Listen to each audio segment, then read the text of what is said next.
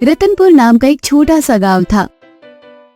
इस गांव में भरत नाम का एक व्यक्ति रहता था। भरत की पहली पत्नी मर गई थी। वह दूसरी शादी करके अपनी दूसरी पत्नी अनीता के साथ रहता था। भरत को एक बेटी थी जिसका नाम प्रीति था, जो भरत के साथ ही रहती थी।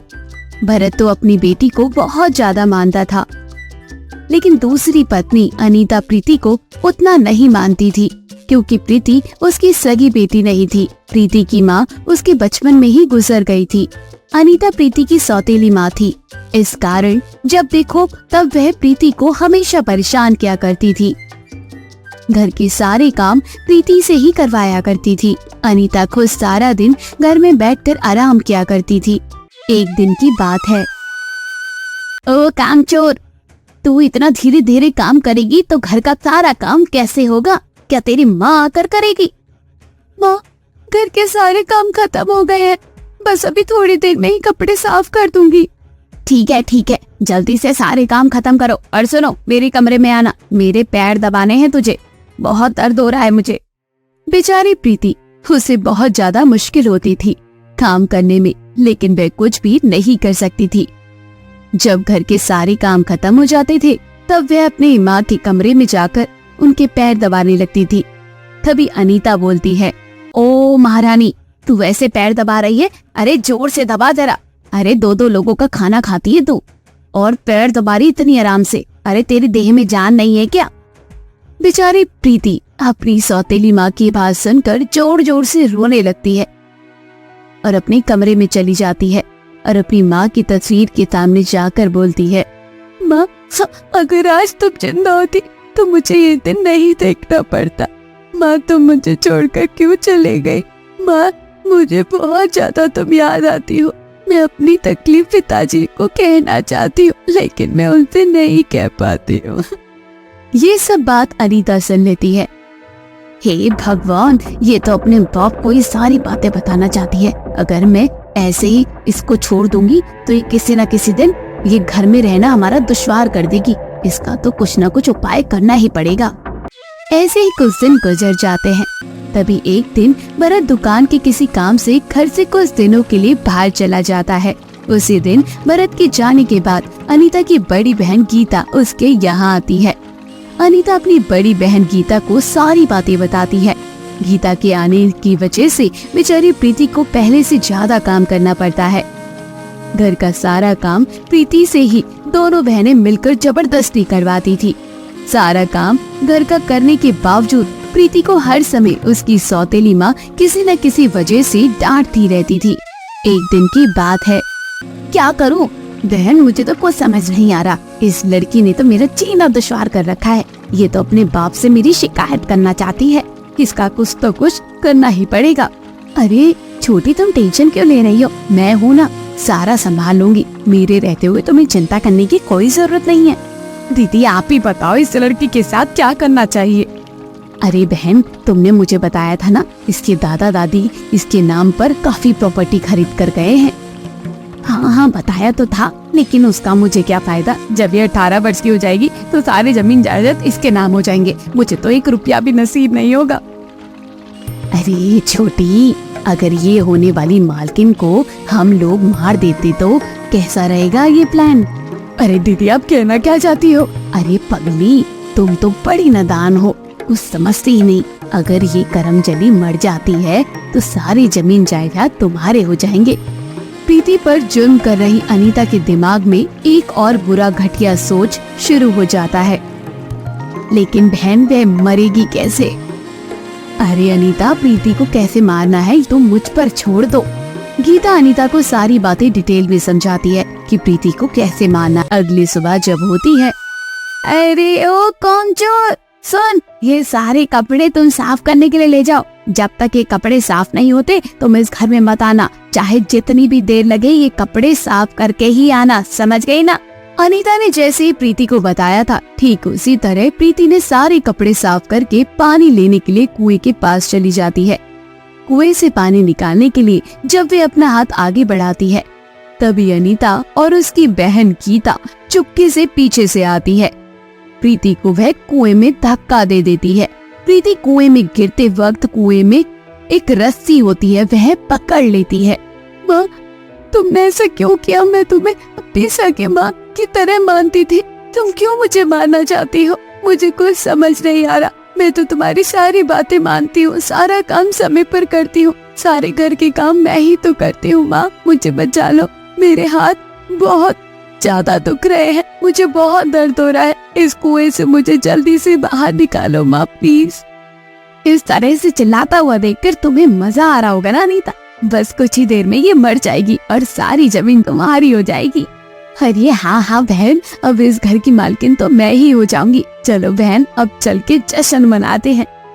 यह बात बोलकर अनीता और गीता दोनों बहन घर के अंदर चली जाती है और इधर प्रीति रस्सी को पकड़ पकड़ के थक गई थी और कमजोरी से उसके हाथ छूट जाते हैं और वे पानी में गिरने ही वाली थी। तभी अचानक से कुएं के अंदर किसी का हाथ आता है और प्रीति को ऊपर की तरफ खींच लेता है। जब प्रीति बाहर निकलती है तो तब उसके सामने एक भूत खड़ा होता है। ये भूत कोई और नहीं बल्कि प्रीति की माँ होती है। क्या तुम मेरी माँ हो? और अगर तुम मेरी माँ हो तो इतनी देर छोड़कर मुझे कैसे चली गई? कहाँ चली गई थी माँ? अगर तुम मेरे साथ होते तो मेरे साथ इस तरह की घटना कभी नहीं होती। माँ, में लोग मुझे जान से मारना चाहते हैं, पता नहीं किस कारण। तुम रो मत बेटी, मैं तुम्हारी तकलीफ को समझ रही हूँ और जो तुम्हें तकलीफ दे रहे हैं मैं उन्हें छोड़ूंगी नहीं, मैं उन लोगों को कभी माफ नहीं करूंगी। अब देखो उन लोगों के साथ क्या क्या होने वाला है।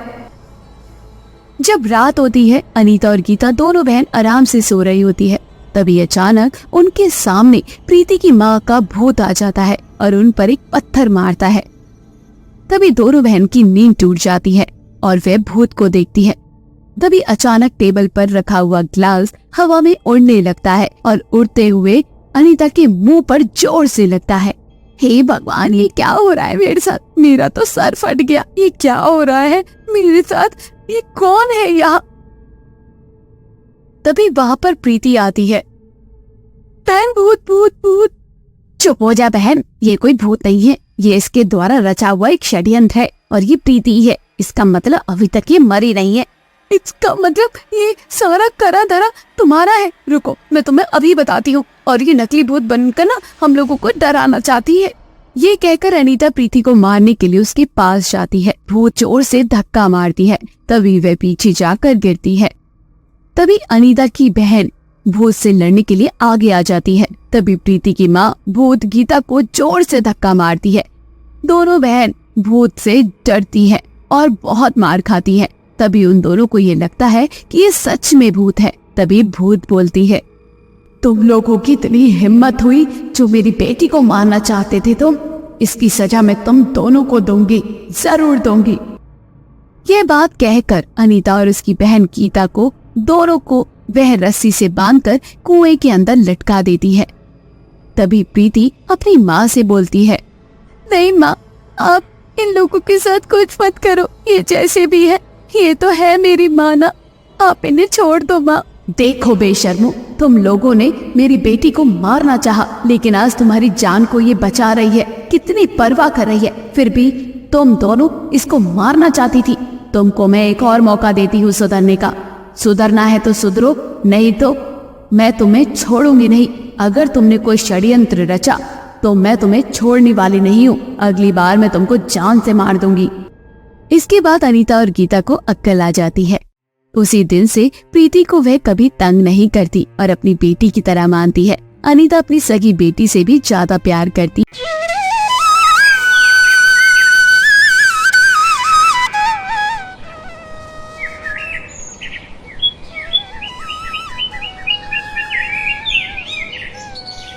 मोहन अपने खेत में खड़े हुए अपने खेत में लगे हुए टमाटर को देख रहा था। इस बार मोहन के खेत में टमाटर की खेती बहुत अच्छी हुई थी। भगवान का शुक्र है कि इस बार टमाटर की खेती बहुत ही अच्छी हो गई। ये लाल लाल रसीले टमाटर कल सुबह में ताजे ताजे सारे टमाटर तोड़कर सब्जी मंडी में बेच आऊंगा। आते समय याद से माँ के लिए दवाई और राधा के लिए एक अच्छी सी साड़ी लेते आऊंगा। जिस तरह हर किसान अपनी फसल को देखने के बाद अपने खर्चे के बारे में सोचने लगता है, ठीक उसी तरह मोहन भी अपने खर्च के बारे में सोचने लगता है। मोहन के घर में उसकी माँ और उसकी पत्नी राधा थी। राधा बहुत ही मेहनती थी। मोहन बाजार से जो भी पैसे लाता वे अपनी राधा को दे देता और राधा उसी पैसे से अपने घर को चलाती। एक दिन की बात है, मोहन अपने परिवार के सभी सदस्य के साथ होता है और अपनी खेती के बारे में सभी को बताता है कि इस बार खेती बहुत अच्छी हुई है। तभी उसकी पत्नी बोलती है, सुनिए जी, अगर इस बार फसल बहुत अच्छी हुई है तो इस बार मेरे लिए आप लाल रंग की साड़ी ला दीजिएगा। मुझे वो रंग बहुत पसंद है और हाँ, मेरे पास इस रंग की भी कोई भी साड़ी नहीं है। अरे भाई, ये कौन सी बड़ी बात है। कल मैं जब टमाटर की फसल मंडी में बेचने जाऊंगा तब तुम्हारे लिए साड़ी लेते आऊंगा, और हाँ, माँ की दवाइयाँ भी। बेटा, ठंड आने वाली है, तू मेरे लिए दवाई के साथ एक गरम शॉल भी लेते आना। ठीक है माँ, अच्छा याद दिलाया, मैं शॉल भी लेते आऊंगा। मोहन ये सोचता है कि कल सुबह मैं टमाटर तोड़कर मंडी जाऊंगा, लेकिन उसी रात जोर जोर से बारिश होने लगती है। इतनी तेज बारिश होने लगती है कि मोहन बारिश को देखकर सोच में पड़ जाता है। बाहर बारिश बहुत तेज हो रही है। राधा, मैंने तो सोचा था कि कल सुबह सुबह उठकर सारे टमाटर तोड़ लूंगा। अब तक तो बादल का नामो निशान नहीं था, लेकिन इतना जोर जोर से बारिश होने लगा कि मुझे तो लगता है ये सारा टमाटर खराब हो गया होगा। भगवान, मेरी खेती की रक्षा करो। इस मौसम में वैसे तो बारिश नहीं आती है, लेकिन पता नहीं आज इतनी तेज बारिश कैसे होने लगी है। ये तो बिन मौसम बरसात है। चिंता तो मुझे भी होने लगी है। दिसंबर के महीने में इतनी तेज बारिश कभी नहीं होती थी, लेकिन उस दिन रात को जो बारिश हुई, सुबह उठकर जब मोहन अपने खेत गया, जब खेत की हालत देखा तब वे अपने माथे पर हाथ रखकर सोचने लगा। पौधों पर जितने लगे हुए टमाटर थे वे सब जमीन पर गिरे हुए थे और वे सारे पौधे भी टूटे हुए थे, इधर उधर बिखरे हुए थे। हे भगवान, कितना बड़ा पैर उठाया तूने इस गरीब के ऊपर। एक ही रात में तूने सारे सपने चकनाचूर कर दिए। सारे पौधे बिखर चुके थे और टमाटर भी खराब हो चुके थे। मोहन पेड़ को खड़ा करने की कोशिश कर रहा था, लेकिन एक भी पेड़ खड़ा नहीं हो पा रहा था। आखिर में वे दुखी होकर अपने घर की ओर निकल गया।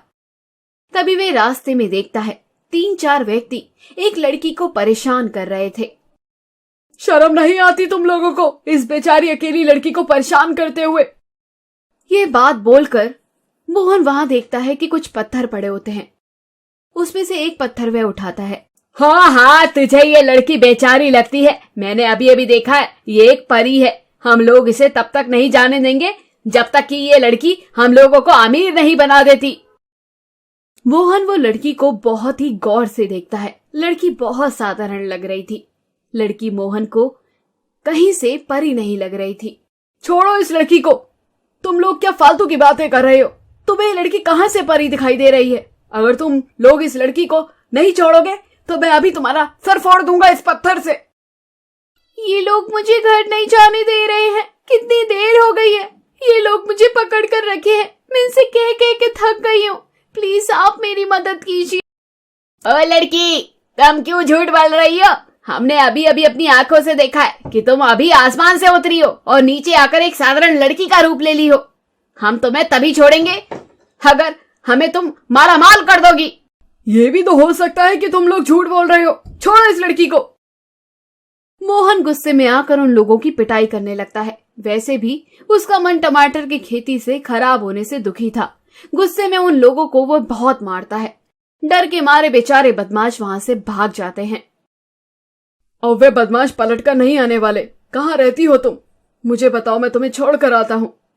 आपने इस अनजान लड़की की जान बचाई है, इसके लिए आपका बहुत बहुत धन्यवाद। आपको और ज्यादा मैं तकलीफ नहीं दे सकती। मैं अपने घर चली जाऊंगी। आप मेरे लिए उन बदमाश से लड़े, इसके लिए फिर से मैं आपका धन्यवाद कर रही हूँ। और हाँ, मैं गुस्से में नहीं हूँ। तुम बताओ कहाँ रहती हो? तुम्हें वहां छोड़ दूंगा। बस मैं बहुत ज्यादा दुखी हूँ। आप किस वजह से दुखी हैं? कल रात बहुत ज्यादा तेज बारिश आई। बारिश में मेरा सारा टमाटर का खेती तहस नहस हो गया। हमारे जीवन की जीविका का एकमात्र साधन हमारा खेती था और वही खराब हो गया। अब समझ नहीं आ रहा आगे क्या होगा। सब ठीक होगा, आप फिक्र मत कीजिए, अच्छे लोगों के साथ हमेशा भगवान अच्छा करता है। यह बोलकर लड़की आगे की ओर निकल जाती है और मोहन भी अपने घर की ओर निकल जाता है। रो क्यों रहा है बेटा, उन्हीं को कौन टाल सकता है, ना जाने भगवान की यही इच्छा रही होगी। जो भी होता है अच्छे के लिए होता है, इस तरह रो रो कर छोटा मन मत कर बेटा। हाँ माँ सही कह रही है, इस तरह आप इतना ज्यादा सोचेंगे तो आपकी तबीयत खराब हो जाएगी। काश मैंने कल शाम को ही वे सब टमाटर तोड़ लिए होते, मुझे कुछ तो मुनाफा हो जाता।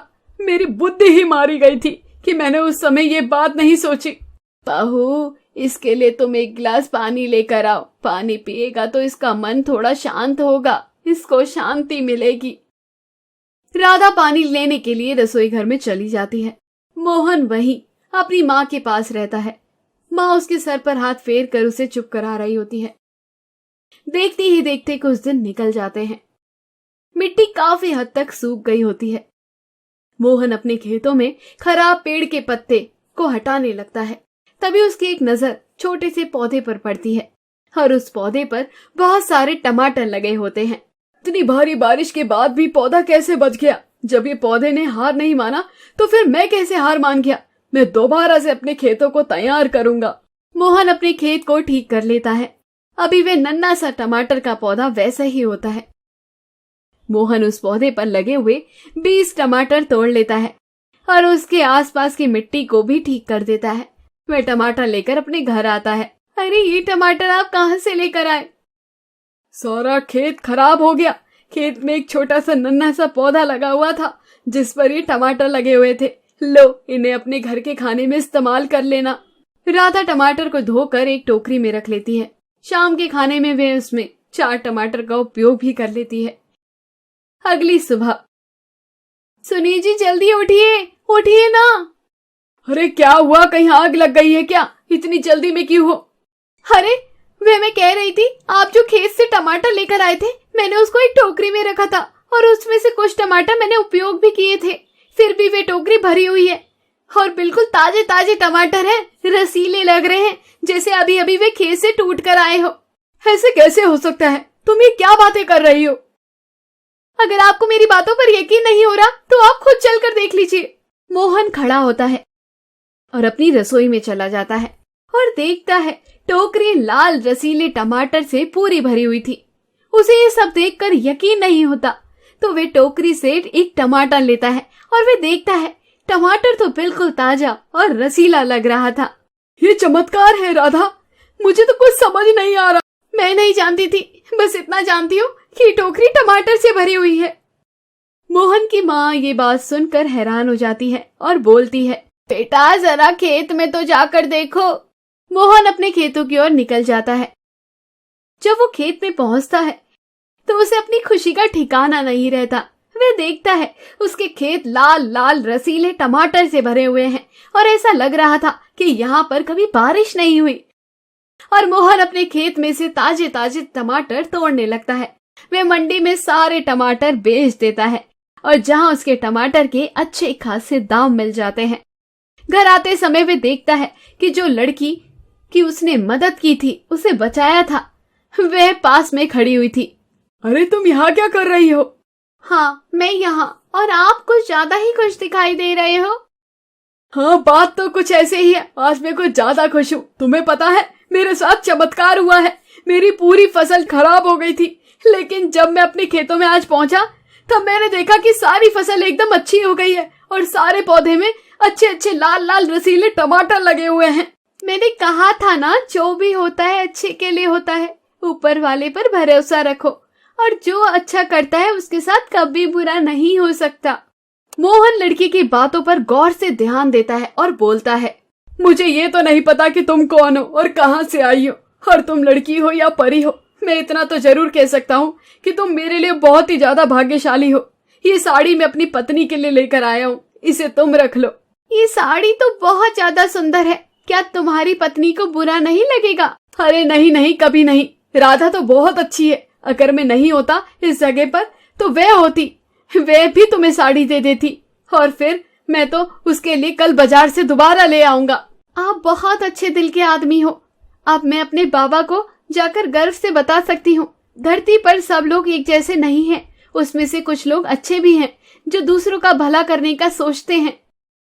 मोहन को अपनी आंखों पर यकीन नहीं हो रहा था और वह लड़की एक परी के रूप में बदल जाती है और मोहन की दी हुई साड़ी लेकर वे हवा में उड़ने लगती है और आकाश की ओर जाने लगती है। मोहन, साड़ी देने के लिए बहुत बहुत धन्यवाद। मैं इस साड़ी को जरूर पहनूंगी और मेरी ओर से तुम्हारे लिए बस यही तोहफा है कि तुम्हारे खेतों पर कभी भी मौसम की मार ना पड़े और तुम्हारे खेतों में सदैव हरे हरे पौधे लगे रहे। इसका मतलब क्या वे जादुई टमाटर थे? जाओ मोहन, तुम अपने परिवार के साथ खुशी खुशी अपना जीवन बिताओ। अगर कभी फिर से समय मिला तो मैं तुमसे मिलने जरूर आऊंगी। ऐसा बोलकर फिर परी आसमान की ओर चली जाती है और मोहन भी अपने घर की ओर चला जाता है। जब वे अपने घर आता है तो वे अपनी माँ और अपनी पत्नी को सारी बातें बताता है। तभी वे अपनी माँ को सारी दवाइयाँ देता है। वह देखता है कि साड़ी भी वही है जो उसने परी को दी थी। ये देखकर मोहन उस परी को मन ही मन में दिल से धन्यवाद करता है और वे अपने खेत में रोज जादुई टमाटर तोड़ता और बेचकर अपना जीवन खुशी खुशी बिताता है। एक गांव में एक गोलगप्पे वाला रहता था, लेकिन वह बहुत ही ज्यादा घमंडी था। एक दिन की बात है, उसकी दुकान पर एक ग्राहक आता है और बोलता है, अरे भाई, एक प्लेट गोलगप्पे के कितने दाम है? पूरे 40 रुपए के एक प्लेट है, जिसमें आपको 8 पीस मिलेंगे। अरे बाप रे बाप, 40 रुपया में मात्र 8 गोलगप्पे। तभी तो मैं सोचूं तुम्हारे दुकान में ग्राहक क्यों नहीं है, इतनी महंगी गोलगप्पे। तुम अपने काम से काम रखो, मुझे वैसे भी फालतू के भीड़ मुझे चाहिए भी नहीं। मेरे गोलगप्पे वही लोग खाते हैं जो खाने के लायक हो। मुझे तो लगता है तुम यहाँ पर नए हो जो मेरे गोलगप्पे के दाम पूछ रहे हो। हमसे दाम पूछने के पहले ठेले के आगे जो बोर्ड लगा हुआ है वही देख लेते।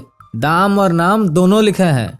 मेरा नाम विकास है और वैसे भी मेरे गोलगप्पे बहुत ही ज्यादा मशहूर है इस एरिया में। मेरे जैसा गोलगप्पे तुम्हें कोई नहीं खिला सकता। एक गोलगप्पा इतना कड़ा है, तोड़ो तो आवाज 1 किलोमीटर तक सुनाई दे।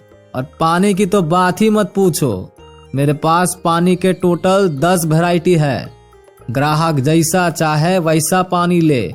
और ये देखो, ये है मेरे गोलगप्पे के असली जान, ये मेरा खास मसाला है।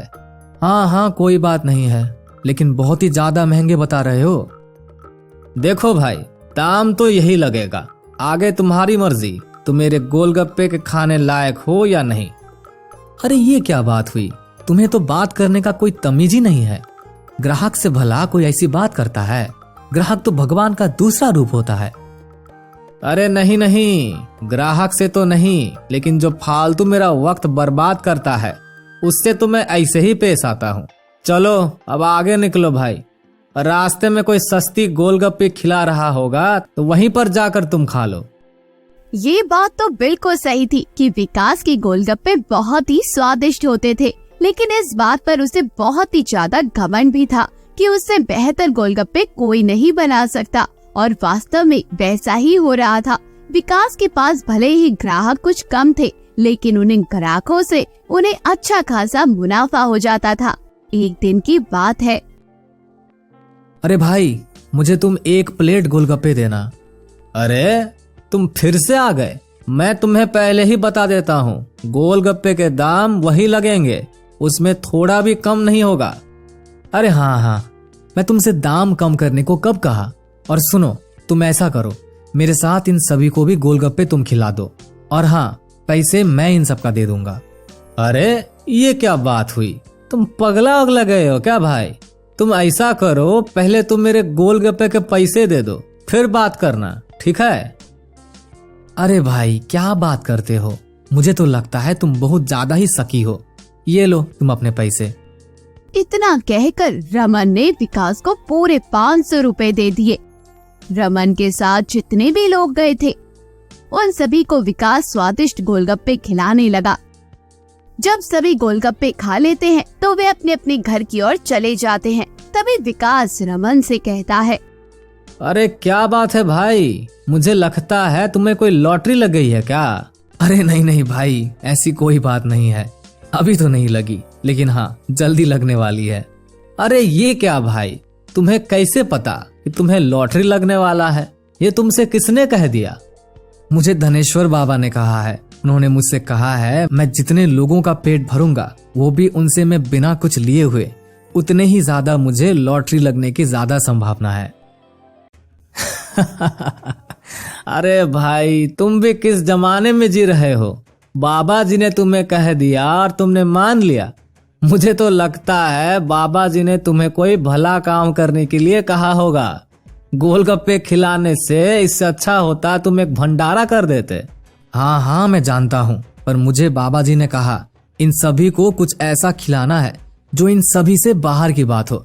खाना तो इन सभी को कोई ना कोई खिला ही देता होगा, पर तुम्हारे गोलगप्पे इन गरीबों के नसीब में कहाँ से आते हैं?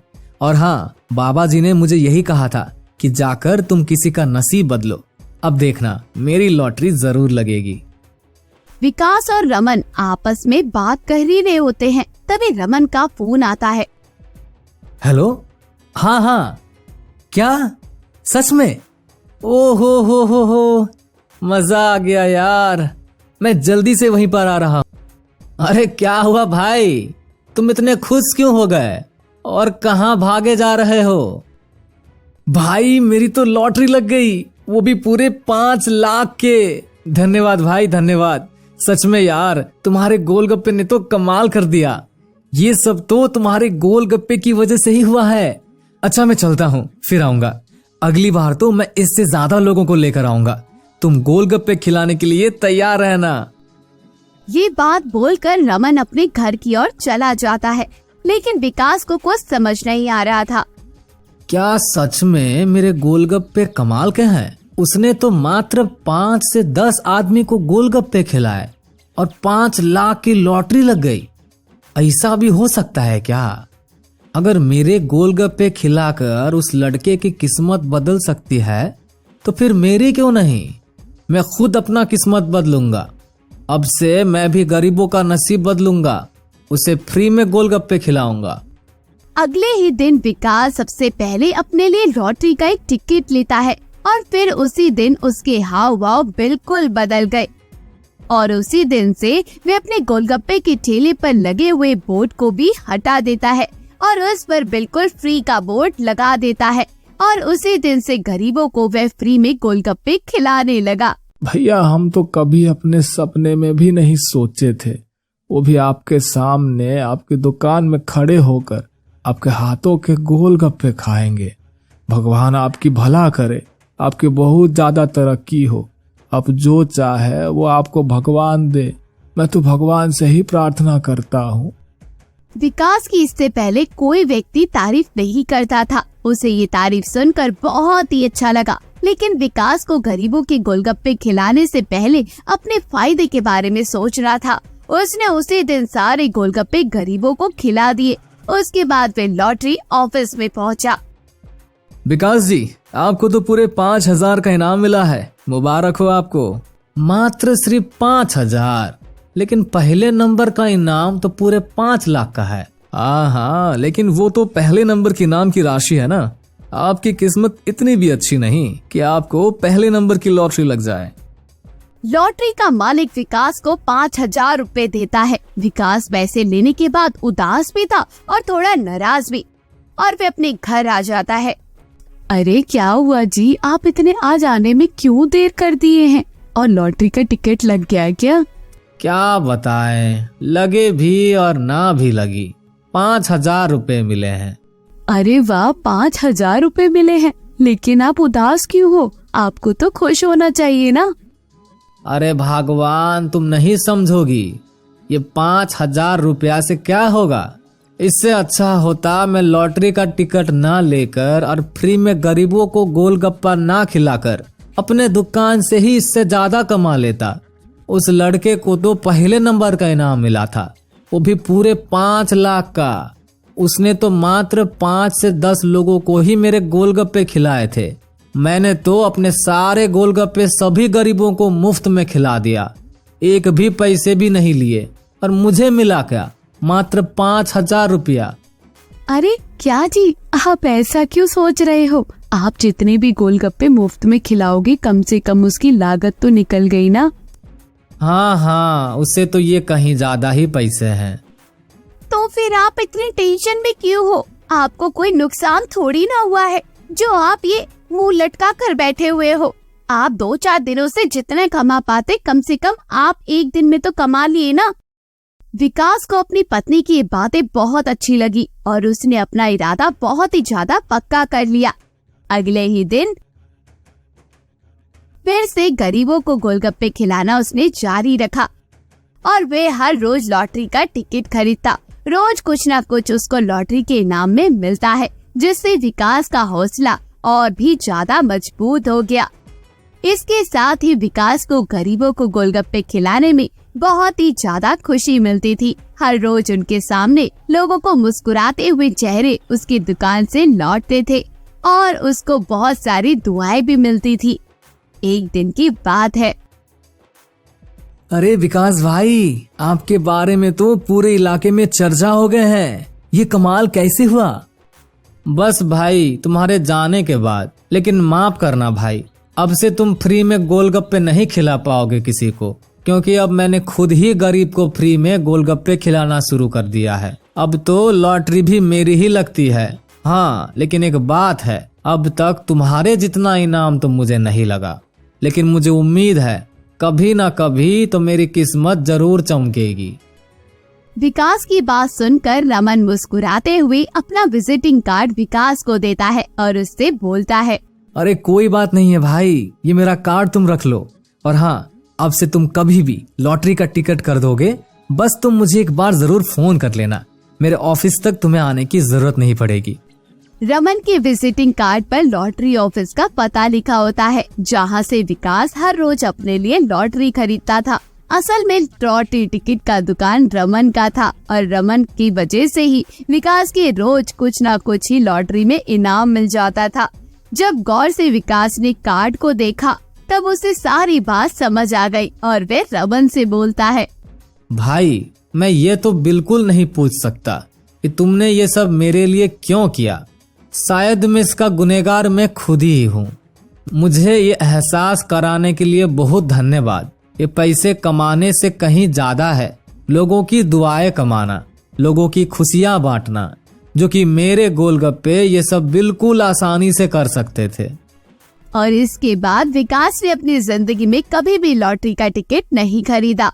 और तो और फिर से वे अपना गोलगप्पे वाली मेहनत और लगन के साथ गोलगप्पे बेचने लगा।